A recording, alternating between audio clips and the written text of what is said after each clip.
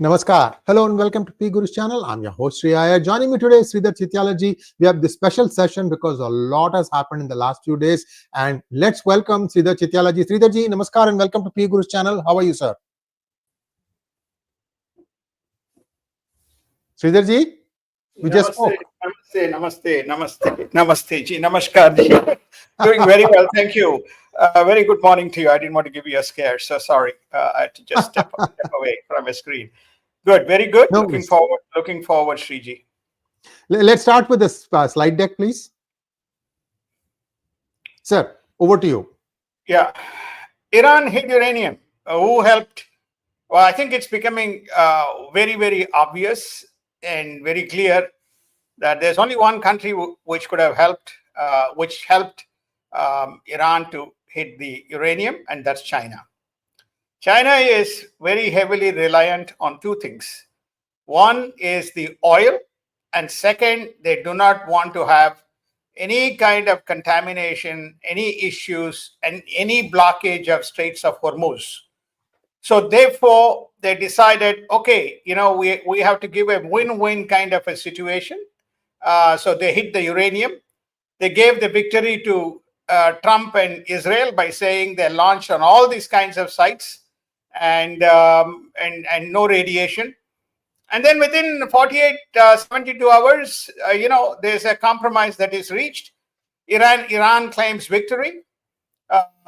Israel claims victory. And obviously, Qataris have played a big role. They also got the US base in Qatar was targeted. And now for President Trump to come out and basically say, hey, we are going to allow Iranian oil to flow through and China can buy it, it's almost like, what can I say? It's a cooked up game. And so President can claim victory, Trump can claim victory. Hey, I bombed the hell out of them. We have heard this before in prior US wars, and we have taken everything out. Well, what did you take out? You dropped a lot of bombs, and you probably also gave a bailout to Khomeini, which is to say there will be no regime change. You can continue to ship oil to China. And I think China has done some good deed for you. And what has it done for Netanyahu? Netanyahu needs an exit because this is not a war that's going to finish. He said, oh, you can claim victory and Iran can claim victory. And now let us sit down. And as we speak, there was a call between President Trump, Marco Rubio, with Netanyahu and one of his deputies, ministers, to say, hey, now this is over. No more kind of violations. We need to get all these countries into West Asia Accord. So he wants to bring Iran. He wants to bring Syria.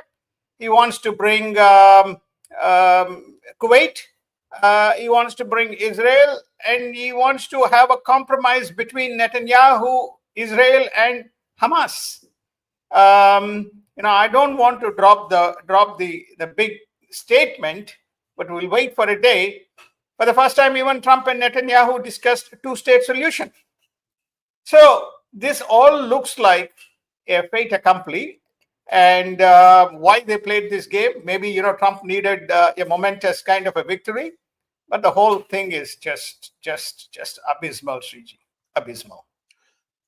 Sir, let me give you an alternative narrative, sir. One of the things is that there is another place like Fordo, very close to Natanz.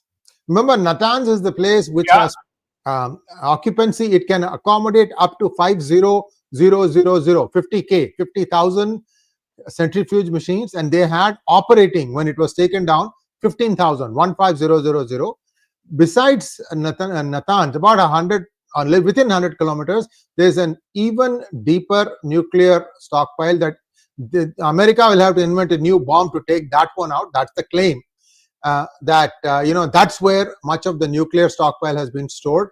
And interesting that even Israel didn't know about it. We don't know about that. They have neither confirmed nor denied it. So this is the other story doing the round. The story continues to say, look, the mullahs are not in power. It is the Iranian army, not IRGC, not the Islamic Republican Guard.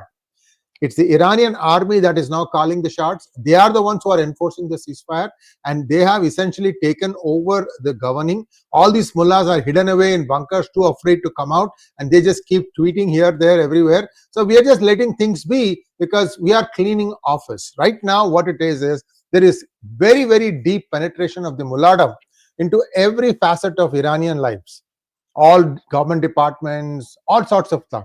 So that needs to be fixed. This is the other narrative I'm hearing, sir. I'd like your thoughts on that. Then we can go to Doval's visit to CCP and also the SCO, sir. Well, I would love to believe this other option, Sree. I would love to believe this other. Remember that Mossad and Israel were operating from inside Iran. Yes. Iran. Okay, they had a number of spies inside Iran. Okay, obviously, some of the pictures we may not be able to share for obviously because of public reasons. But the story is that I am not prepared to believe this story, which is namely that they got all this, somebody else is in charge, etc. Sree. So I'm based on all the intelligence input that I have kind of received. We stay with that line that the Chinese did help, the Qataris played a role. Also, there are question marks whether truly it was 90% enriched or whether it is 70% enriched, whether it was imminent that they are capable of producing a nuclear weapon. There's a lot of what you call as backpedaling that is going on, the level of enrichment that Iran had accomplished. Now, when you assume that you drop all these kinds of bombs and say, oh, there's no radiation anywhere, and life is as usual, and Iran can continue to kind of refine and produce oil and continue to send in their ships, and China continue to send planes continue to land in Tehran or proximus to Tehran, sending enough kind of ammunition and weaponry for the Iranians to continue to fight. So therefore, I'm not yet prepared to concede on that story based on all the information that I've gathered, and also the information that all these negotiations that are going on. Definitely, Qatar has played a significant role. Chinese have played a significant role on the Iranian side, and Trump knows the game, and obviously there was an intelligence report leakage, which you are aware in US. Whether it is mischievous or true, that part of it I don't know. And all these dialogues that are going on makes me say, Sree, that we hold the storyline. Thank you so much, sir. We'll just move on because whatever we are going to be saying to Iran could be applied to Pakistan also. Then that question comes back.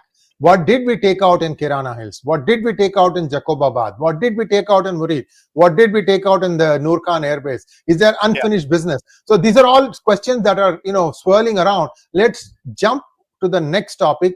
Trump needed this ceasefire to go to NATO, and he gave a very blunt message, and looks like NATO for a change is listening. Over to you, sir.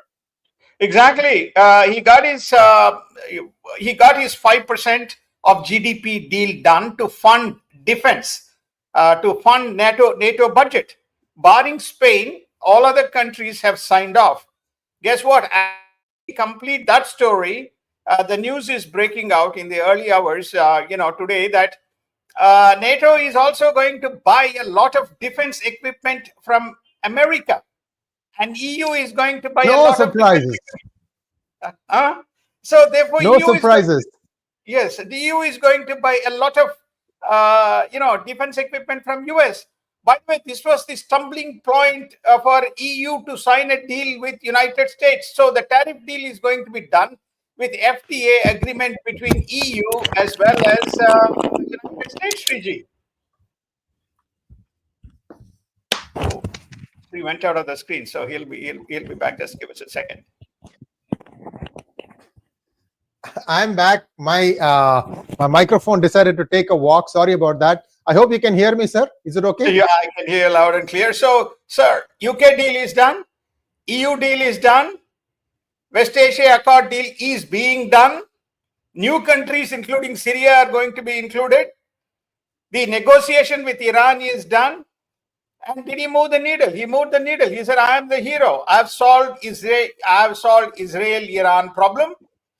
I have potentially solved the Hamas-Israel problem. I've solved India-Pakistan problem. And so here I am. I've also done the deal. So I've got the deal done. By the way, I'm also going to get a deal done with the Chinese because they're going to get their oil. And I'm going to get supplies of rare earths. Rare earths. Yeah. You know, we'll work this out. We'll work this out. And I'm going to lift the restrictions for Chinese to send, to receive electronics as well as for them to ship. So, you know, he walks out all of this out of post the NATO meet after the disastrous G7 meet. After the disastrous G7 meet. So here is the story that, so he's moved the needle big time. He's got a EU deal. He's got a UK deal. He's got a NATO deal. And he has chided Spain. He says, don't worry about Spain. I'll get them to the table and they will fund 5%. Just as he said, I'm doing China deal. And he told Israel and Iran, hey, you can't violate ceasefire. They immediately listen. What's the deal? The deal is President Trump says there is a court case which has just come up against Netanyahu. This has been pending for a long time. It is, please, in the interests of the world, delay or withdraw this case against Netanyahu. So this is a complete deal making that has gone on. And when you look at all these unfolding events, it really is, you know, one way you can look at it as a mockery. And if you are a President Trump supporter, you can say, you know, MAGA, MAGA, MAGA. He is making America great again. He is solving the problems. Sreeji? So America is going gaga over MAGA. Let's leave it at that, sir. Next one, please. Yeah. No, this is, you will begin to see lots of this stuff. You know, when you, I don't know, I think it's already made the press. Some of these things has made the press already, Sreeji. So you can, you know, celebrate. We all can celebrate. Just minutes before we went live, I saw a statement saying that the deal between US and China has been signed, but no details have been released. So basically what we are saying about the 300,000 students being allowed to stay in the US, as well as unlimited supply of rare earths, this is now kind of confirmed. Beyond that, what is going on, we don't know. Sir, before the SCO started, let's dial the clock back a little bit. Right. A few days before that, Ajit Doval actually went to China and he had a long conversation with Wang Yi. Tell us a little bit about what happened there, sir. Then we'll come to SCO. Well, I think the Ajit Doval and Wang Yi know each other very well. They know when there is an issue. They are the two people who need to sit down and speak. We have covered this in our old DJI. What happened in Galwan and what happened in Doklam. So he goes. He had a message. I think he was carrying a message, and the message was blunt. He knows he can deliver it to Wang Yi because they have. I don't use the word friendship, but they know how to talk to each other. He, as well as Dr. Subramaniam Jaishankar. But Ajit Doval was there. He sent a very clear message. Nothing is acceptable as far as Pakistan is concerned. And you guys have given enough shelter. Please tell this to Mr. J. And in the SCO meet, our defense minister will be coming with a very clear message. And the message is very simple, that Pakistan will not be included in any of the communique. And we will make sure that, you know, terror is an act of war. We have stated that. We will be again making a statement. And we know that you guys helped Pakistan.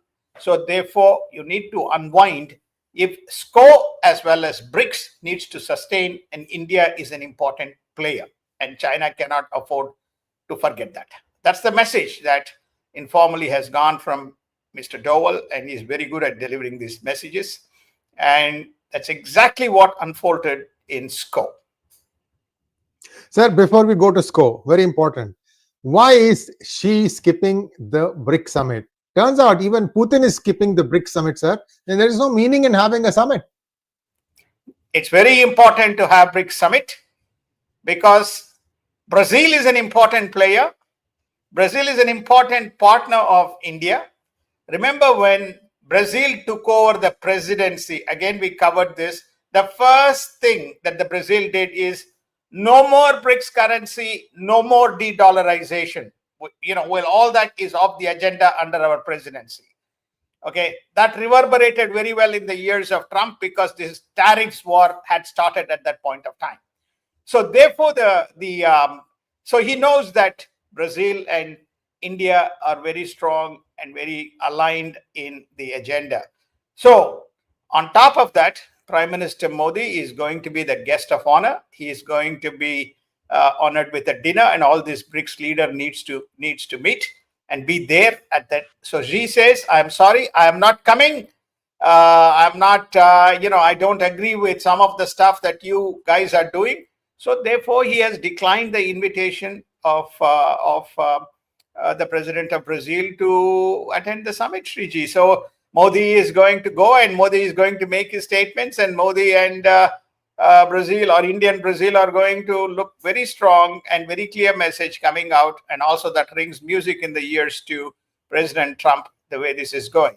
I don't think, again, this is going back to BRICS, both Russia, Iran, and Pakistan were at the SCO meet, much to the dislike of India, when simultaneously the NATO summit was going on. Yes, indeed. And the other takeaway here is that it's not Xi, but it's Li Qiang who's going to be attending there. This could also be part of the power struggle that is going through in China. I'll give you an update on that separately, viewers, because there's still some research that is not finished. So we'll move on to the next topic. India pushes back in the SCO. Can you go back one slide, please? Okay, right. On the SCO. Stay on the SCO, please. Yes. Yeah. Sir, Rajnath Singh said that we are not going to sign this declaration because they did not mention Pahalgam in there, but they did mention Balochistan as if that was an act of terrorism, whereas it is an independence movement. So India had made its thoughts clear. I'm still trying to connect the dots as to why she decided to skip. Is it because of the fact that he no longer calls the shots in CCP, or is it the fact that India was going to take a very strong position that would make Xi look weak in that BRICS declaration along with Brazil, sir? One or two answers. No, or maybe third one. I'm going to give you first, go back to SCO meet. The SCO meet, India wanted to include that there are nations in the neighborhood which are sponsors of state terrorism. Thus far, they have used state terrorism as a tool to continually kind of persist with their agenda. And it is China which has vetoed in United Nations, knowing which nation that is. So therefore, he made a very explicit statement pointing out that the state-sponsored terrorism is persisting to the destability of the region. So that was very clearly communicated, looking and targeting Pakistan, who were invited. Now, guess what? As the meeting finished, Mr. 𝗏𝗏, the Pakistani defense minister, made a possibly foolish, but unwarranted statement saying that China helped Pakistan with intelligence when India was attacking as part of Operation Sindoor. It's a public statement. You guys can go back and take a look at it. And that kind of ruffled further issue, because Modi is going to confront.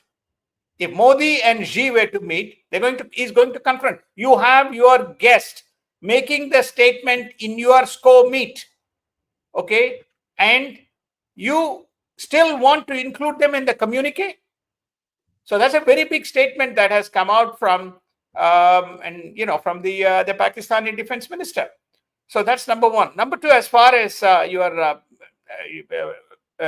Xi is skipping Brazil, is very, very clear. I don't know about the internal power struggle, which people have been, speaking for quite some time. Every time they say he's gone, every time they say something has happened, he turns up and he visits Last time we talked about this, he was in Malaysia, he was in Vietnam, he was in Cambodia, he was in Laos and went back.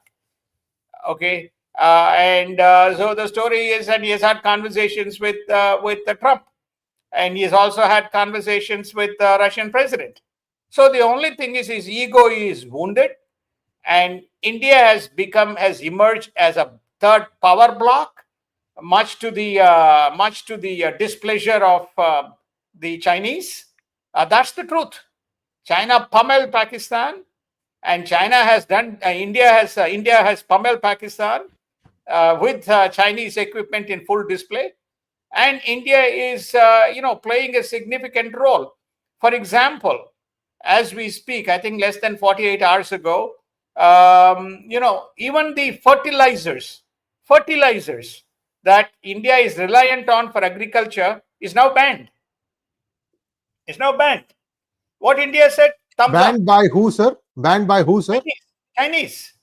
Okay. 75% of the agro fertilizers comes from China, which power the Indian agro farms. He says, no issues. You want to ban? No problem. We'll find alternative route and we'll alternate supply and we'll get it done.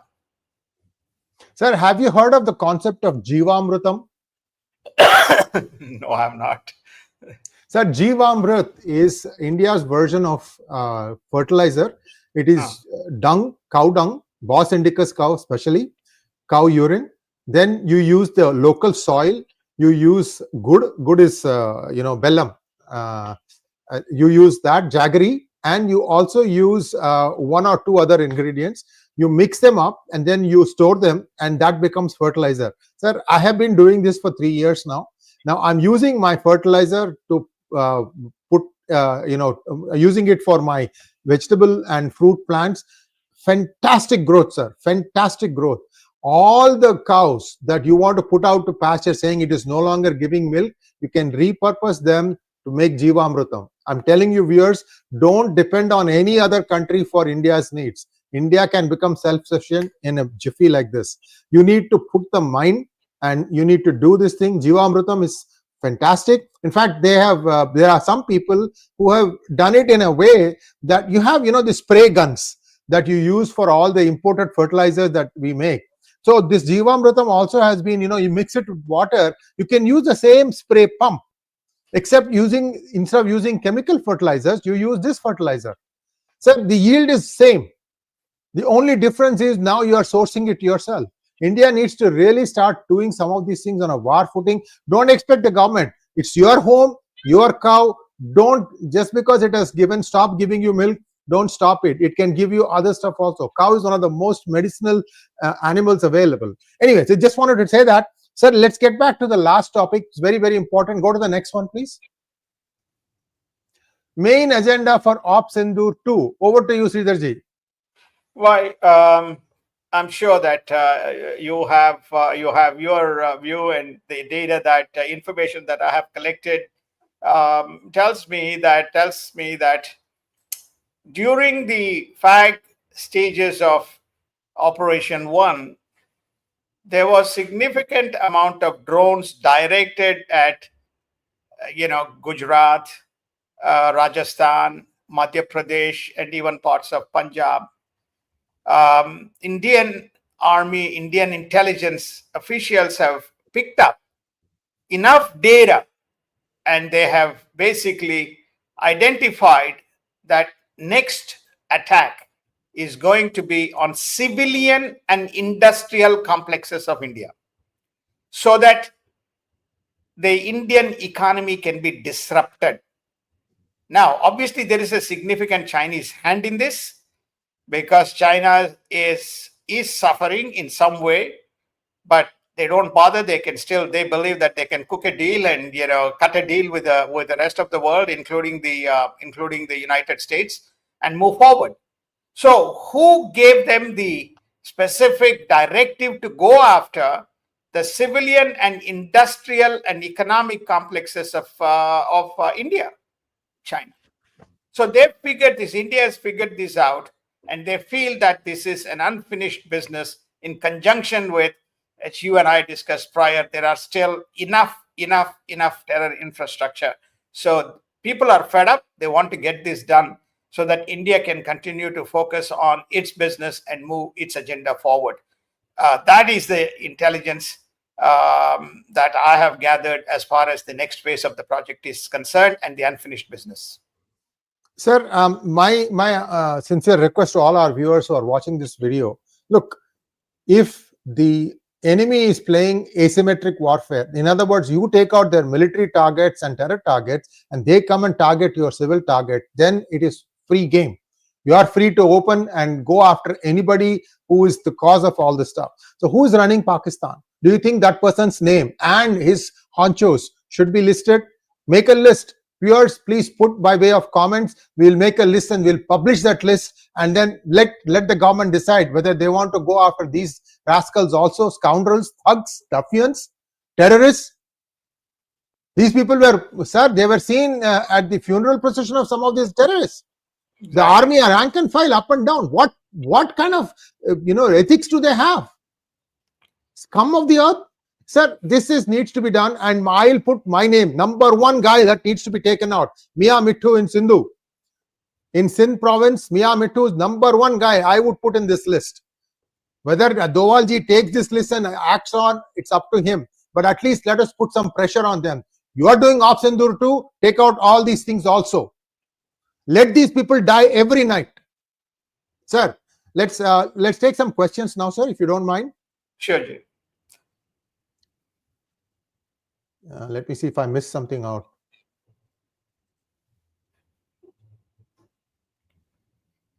Ashri, what purpose? Anyway, just 1 second, sir. My editor wants me don't give lists because then the video could be taken down. So I got a little hot under the collar. Ignore that part, viewers. Let's move on with questions. Srinivasan wants to know. Sir. Yeah, I think it's a great question. This is where I think Modi's astuteness comes in. And this also shows India's strength. He believes that he needs to be present. India needs to be present. India needs to be at the table. India needs to be in dialogue. India needs to express the opinion to the world. So therefore, he is in BRICS and he is in SCO. So therefore, the BRICS, China was once upon a time a very passive player, the most passive in the sense in terms of their using might is right, as opposed to bringing these players from an economic perspective. Of course, Russia played a part in terms of making sure India is also at the table. Remember, the BRICS Infrastructure Bank, the first chairman for BRICS Infrastructure Bank was an Indian banker, okay? And also they have put significant amount of capital. So India is saying, I'm willing to play the game and I'm willing to be fair. I'm willing to go by the rules. But those guys who don't follow the rules, they get caught. But now, based on all the stuff that's happened in the last 2 months, starting from April, or last 3 months, the geopolitics has become so complicated and complex that we don't know where, when, what type of moves will happen. So I think until then, India will continue to stay and play its part. Next one, please. Krishnamurthy Hunagun wants to know, if a two-state solution is on the agenda for discussions between Trump and Netanyahu, how would that reconcile with President Trump's past offer to take charge of Gaza? That's a shock. Sir. Well, I think if anybody and everybody knows, I don't know whether he's desperate or whether he wants something. He's certainly trying for his Nobel Prize. So he is making all kinds of moves. Having setting aside that that comment, I would say that he feels that this is one of the things that has changed course. Previously, it was very clearly two paths. A lot of the Middle East, Arabic, Muslim were on the funding, were on the Democratic side, and then now you have many of them playing part on the Republican side as well. And they did, at least in 2 battleground states, help Trump to prevail. So he had told, even in the election campaign, that look, when I come back to power, I'll find a solution for you. So these people are calling their shots now, saying, hey, we need peace. Okay, tell us what a solution is, so we'll get a solution. So you have Trump going forward and backward. Now he's coming to a resolution. One of the other most significant players which has emerged in this equation is Qatar. Historically, it used to be Saudi Arabia, but now Qatar is playing a significant role in some of these developments and some of these things taking shape. Go back in time, Obama, we covered this again. Taliban, footprint in Qatar. Hamas, footprint in Qatar. Houthis, footprint in Qatar. Iranian footprint in Qatar. So every crook and every thug, ISIS footprint in Qatar. So Qatar is playing a part, and Qatar has given close to $1.6 trillion to President Trump and his party, including a plane, his presidential Air Force One plane they've given him. Sir, to be fair, that discussion started during the Biden administration, sir. Maybe once a fulfillment occurs, then all these kinds of transactions begin to happen. Qatar is the player. Okay, is the player playing, saying we need peace in Middle East. We cannot keep going. Go back a little later in the day, look at the press statements of President Trump. He's talking about peace in Middle East. He's talking about economic development in Middle East. It's not relevant for this today's, we will cover this topic in later. As we speak, there's an agreement that is being negotiated between Rwanda and Congo. Okay, the two African states which have been fighting for war eternally, and these warlords fighting. So there is going to be an announcement forthcoming, facilitated by Marco Rubio, between these two African nations, much to the dismay of the Chinese. So therefore, you are seeing lots and lots of these kinds of deals. And again, who is the player? Qatar. Sir, thank you so much on that. And viewers, there's also a story coming out. One of the leading lawmakers of Lebanon has asked the Hezbollah to get out of his country. Now, how much heft he has, I don't know. Again, this is something that came on the social media. This actually his video. But then you can say, well, there can be AI morph videos. So that's why it's very, very preliminary. But Lebanon also is saying that they are tired of this Hezbollah. We'll wait and see what happens. Krishnamurthy, again, if a two-state solution is on the agenda, on the next one, sorry. Vishnu Gopi now, Indus water treaty seems to be boiling. Pak behind frustrated, provocative statements being used by Pakistan. Op Sindoor 2.0 coming soon? I think that it is, something is going to trigger. But India has very clearly stated they have conducted exercises. They continue to be prepared and vigilant. They said that Operation Sindoor is not finished. It's active, and we will pursue as needed, anywhere, everywhere if you have to go. Even Minister for External Affairs, Jaishankar, has made a statement. We will go wherever we need to go to take out and uproot the terror infrastructure. So therefore, those who try to punish us, those who try to punish us will get harmed. Those who work with us will get benefit. This is his kind of statement in the last 24 to 48 hours. So therefore, I think that they will pursue. Is it imminent?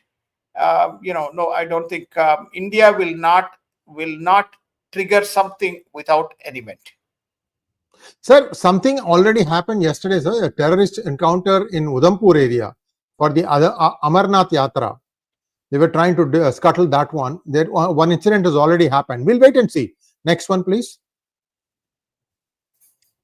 Manofsan wants to know, how did Asim Munir visit to US affect Iran events? Has Pakistan upset China and lost the J35 deal? One question at a time, guys. First, how did Asim Munir visit to US affect Iran events? We covered that already, which is that he has his people, and that person facilitated. Sajid Tarar. Yeah, it's facilitated the meeting. Has Pakistan upset China? No, go back, please. Has Pakistan upset China and lost J35? Sir, according to you? No. Next one, why is Pakistan developing ICBM and will US allow it? There is a complete episode on that coming out on viewers on PGurus, but let Sridharji take that answer, that question, please. Well, I think that the ICBM, whether will US allow it? I don't think US will. US has got Pakistan in a leash. We need to recognize most of the technology that Pakistan says it builds is stolen or given by either the Chinese or by the North Koreans or by some other country. So I will be shocked and surprised if they are capable under the present circumstances when they don't have the money to even fuel the planes until they receive the money that has been committed by IMF and World Bank. The nation is bankrupt. So whether they will have a program going without the money remains a big question mark. They are reliant on Pakistan for supplies. They are reliant on Turkey for supplies. And they are reliant on Chinese for the intelligence, not the Americans. Last one. Go back, please. After Iran nuclear program hit, will Pakistan nuclear program be more vulnerable? The message coming out from United States is that United States has given a very clear message both to Pakistan and to China. This is the message, at least the defense and the security circles are playing out. There was a message to be delivered, and the United States has delivered the message to both China and Pakistan. Next one, please. Vasu Iyengar wants to know, sirs, how close is US to a trade deal with India? July deadline approaching and Trump claims close to a deal. Sir? Well, I think that effectively India has conceded to most of the requirements, access to markets, etc. There are a couple of areas, especially around agro and farming, that seems to be a bottleneck. My indications are that they will have a deal by July 9th. July 9th. Yep. Thank you, sir. Geetanjali Rajaram wants to know, if US and China are going to come together over Iran-Israel problems, will this solve future Taiwan-Pakistan problem too? No. Pakistan problem is very clear. Modi and everybody has said, we do not need United States. We do not need anybody. It's something that we can deal with. As far as Taiwan is concerned, it's a very, very tricky situation. Will China use this moment of weakness that United States has? Namely, United States is absolutely dependent on these rare earths to funnel and plow its defense industry. Many of the defense equipments require the Chinese supplies. And that is why Trump and his team are bending forwards and backwards to make sure that they can do a deal with the Chinese, having started with, kind of great fluster. So Taiwan, should China now take over Taiwan, according to Chinese, we are not taking over Taiwan. It's our country. So therefore, it's a dispute, but it's our country. And it's not a two-state. No nation in the world has recognized Taiwan as an independent nation. No nation, no country, including United States. They call it strategic ambiguity. So it's totally up to the Chinese to test the waters, push the envelope, and the indications are they will take over based on, talking to some of the Chinese friends. Indications are Taiwan will become part of China within 2 years. Within 2 years, we will wait and see. Magnet Ranga wants to know, Namaskara, do we know the real reason for temporary halt of Op Sindoor? IRG has given some info of the US side of the issue. So this is something that I released at 6 a.m. today, sir. Over to you. Well, I think it's very clearly communicated. The Pakistan DGMO spoke and indicated that they have a real problem, and they asked for cessation of activities. India had by then achieved its objective of taking out all those terror, and they got the bonus of taking out their the Pakistani Air Force airfields. They had also bombed many of those nuclear sites. What is in those, we don't know.